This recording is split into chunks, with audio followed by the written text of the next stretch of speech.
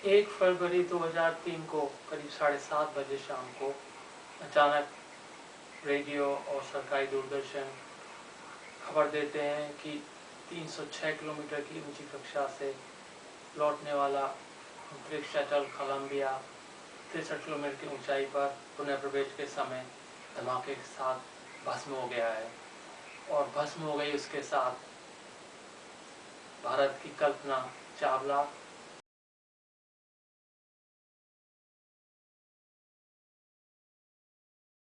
Israel के अंतरिक्ष यात्री और 5 अन्य अमेरिकन यात्री। उसी के साथ फिल्में, डाटा, बहुत सारी ज़रूरी चीज़ें, अनुभव, शटल कोलंबिया, सारे इक्विपमेंट भस्म हो गए। मेरे लिए ये दिन बहुत धक्के भरा था और बहुत ही ज़्यादा आश्चर्यपूर्ण था, क्योंकि इसकी जानकारी नासा को पहले से ही थी और मुझे भी थी। हुआ ये कि 16 फरवरी को 2003 को जब ये उड़ान हुई, इसका प्रक्षेपण हुआ, तो उस दिन खबर आई थी टीवी पर और वीडियो भी दिखाया गया था। हो सकता है उस दिन के अलावा किसी और समय का हो। उन्होंने बताया कि प्रक्षेपण के समय एक परेशानी आई है। आप यहाँ पर देखते हैं, ये तरल ईंधन का टैंक है, ये ठोस ईंधन के रॉकेट हैं, सॉलिड रॉकेट बूस्टर SRB, ये स्पेस शटल है, ये दोनों इसकी विंग हैं। इस शटल के नीचे करीब 30,000 चीनी मिट्टी की टाइल्स चिपकी होती हैं पेट पर और उसके पूरे सिर पर, जो शटल को पुनः प्रवेश के समय जो तापमान 2000 डिग्री पहुंच जाता है, उसको शटल से बचाने के लिए काम आती हैं। उड़ान के समय खबर आई कि इस पे जो फोम चिपका हुआ है टैंक पर, उसमें से वो फोम टुकड़ा निकला है और इसकी जो उल्टे हाथ की जो विंग है, इसके नीचे टकराया है। लेकिन नासा का ये दावा कि शटल और जो इंसुलेशन फोम था वो एक ही दिशा में 550 मील की गति से उड़ रहे थे और उस फोम ने टकराकर उसके पंख के अगले हिस्से को, जो कार्बन फाइबर वाले बेहद मजबूत चीज से बना होता है, को तोड़ दिया है। पूरी तरह बेबुनियाद है। आप देख सकते हैं कि उसने टकराकर टाइल्स का चूरा बनाकर उड़ा दिया था। लेकिन लॉन्च सही है, लॉन्च वाज ओके। मैंने सोचा कि लॉन्च के समय इस टाइल्स की जरूरत नहीं पड़ती है, जरूरत पड़ती है पुनः प्रवेश के समय, री एंट्री के समय। और मैंने तुरंत इस बात को सोचा कि उन्हें तुरंत ही इस बात पर सोचना चाहिए कि लौट के कैसे आना 15 दिन बाद। तो मैंने सोचा कि नहीं, हो सकता है कुछ गलती हो रही हो खबर में, मैं इंतजार करता हूँ। तब इंग्लिश की खबर 20 मिनट बाद दूरदर्शन पे आई। उन्होंने यही बात कही कि फोम निकल के गिरा है, लेकिन लॉन्च सही है।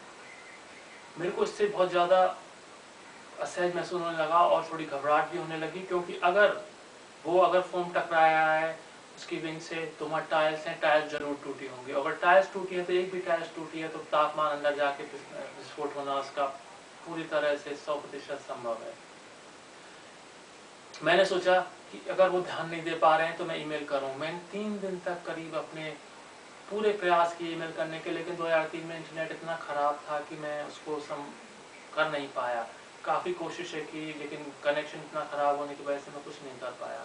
मैं अपने आप को समझाने लगा, राजीव तुम 10-15 हज़ार किलोमीटर दूर हो यहाँ से और वहाँ पर 10,000 वैज्ञानिक बैठे हैं, वो ज़रूर सोच रहे होंगे इसके बारे में। लेकिन अफसोस इस बीच में वहाँ पर किसी ने भी नहीं सोचा, सिवाय रॉबर्ट डॉयटी, जो ये शटल का जो लॉन्च टावर है इसके सिक्योरिटी इंजीनियर थे। जब शटल उड़ के जाता है तो इससे क्लियर होने के बाद में ह्यूस्टन मिशन कंट्रोल उसको अपने नियंत्रण में ले लेता है। यहाँ से उन्होंने इसके जो देखा, इस हालत को, जो फॉर्म की बात थी, वो भी शंकित थे कि कुछ गड़बड़ हो सकती है। उन्होंने 14 ईमेल ह्यूस्टन मिशन कंट्रोल को किए, लेकिन ह्यूस्टन मिशन कंट्रोल ने कोई शायद ध्यान नहीं दिया। जब ये घटना 1 फरवरी को हुई है, तो अचानक जब मैंने सुना तो मैंने सोचा वो बिना होमवर्क करे वापस लौट आए। मैं अफसोस में और अपने बेहद अपराध बोध में घिर गया। अभी तक भी उस अपराध बोध में हूँ कि मैंने पूरे प्रयास क्यों नहीं किए। मैंने ये भी सोचा कि कल्पना चावला के परिवार से संपर्क करके वो जरूर फ़ोन पर बात करते होंगे, वो भी फ़ोन पर या और जरिए से, तो वो कम से कम उनसे कह सकें। लेकिन मैं कभी फ़ोन नंबर प्राप्त नहीं कर पाया आज तक उनका। इसके लिए नासा को अगर लापरवाही नहीं बरतते तो इसके लिए कई रास्ते थे उनके पास में जो वो इसको संभाल सकते थे। पहला रास्ता था कि जो शटल के जो नीचे जो टायर्स हैं उनको बाहर जाके एक्स्ट्रा वेहिकुलर एक्टिविटी करके देखा जाए, कोई नुकसान हुआ है तो उसमें 2 तरीके थे, क्योंकि 30,000 टायर्स हैं। 30,000 टायर्स चीनी मिट्टी से और कुछ रबर अन्य पदार्थों से मिलकर बनाई गई ये सेरामिक टायर्स हैं, शटल के पेट और पंखों के नीचे चिपकी होती हैं। इनका आकार इस तरह होता है कि ये एक दूसरे से हल्की सी भिन्न होती हैं, जिनके अलग अलग क्रमांक दिए गए हैं और कंप्यूटर के जरिए इन्हें पुनः उत्पादित किया जा सकता है। ये इसी तरह काम करती है जैसे हम चाय या कॉफ़ी चीनी मिट्टी के कप में पीते हैं तो हमें उसकी गर्मी महसूस नहीं होती अपनी उंगलियों पर। जब शटल पुनर्प्रवेश करता था वातावरण में तो बेहद तेज गति की वजह से घर्षण से 2000 डिग्री तक तापमान पहुंच जाता है और ये भीषण तापमान से ही शटल को बचाती थी अंदर जाने से।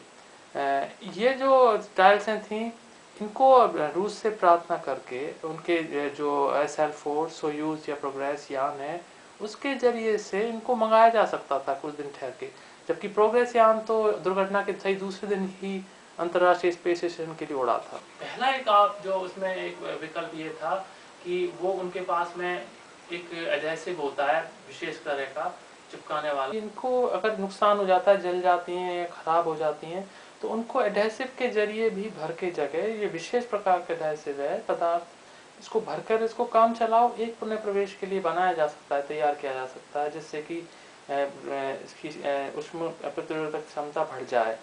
ये जो आप एस्ट्रोनॉट देख रहे हैं अपने EVA सूट में, ये इसको भर रहा है। इस तरह से ही EVA कर उस शटल के उस समय कोलंबिया के खराब हुए टायर्सों को भरा जा सकता था काम चलाओ, और एक बार कम से कम पुनः प्रवेश सुरक्षित रूप में किया जा सकता था। लेकिन ऐसा कुछ भी नहीं हुआ। इसके अलावा नासा ने एक बाद में 6 महीने बाद में जो फिर इसका कारण की कमीशन बैठाया था उसके बारे में वही बात बताई कि टायर्स और वो चली गई हैं, लेकिन मैंने उसके तुरंत बाद ही ये लेख राष्ट्र पत्रिका के लिए लिखा दुर्घटना के उसी दिन ही। तो उसके बाद राष्ट्र पत्रिका ने उसको अपने एक बार के एडिशन में छापा था और इसमें जो दावा किया गया था कि इंसुलेशन फोम जो ये शटल का टैंक है यहाँ इसमें से निकलकर इसकी लेफ्ट विंग में टकराया है, इसकी वजह से कुछ टायर्स हैं उखड़ गई हैं और उन टायर्सों के सिरामिक के उखड़ने की वजह से ये दुर्घटना कारण बनी। इसमें पहले से बता दिया गया था, जिसको करीब 6 महीने बाद इंक्वायरी कमीशन में नासा ने स्वीकार किया। नासा का ये लापरवाहीपूर्ण रवैया पूरी तरह से जानलेवा साबित हुआ और इसमें 7 जिंदगियां चली गईं।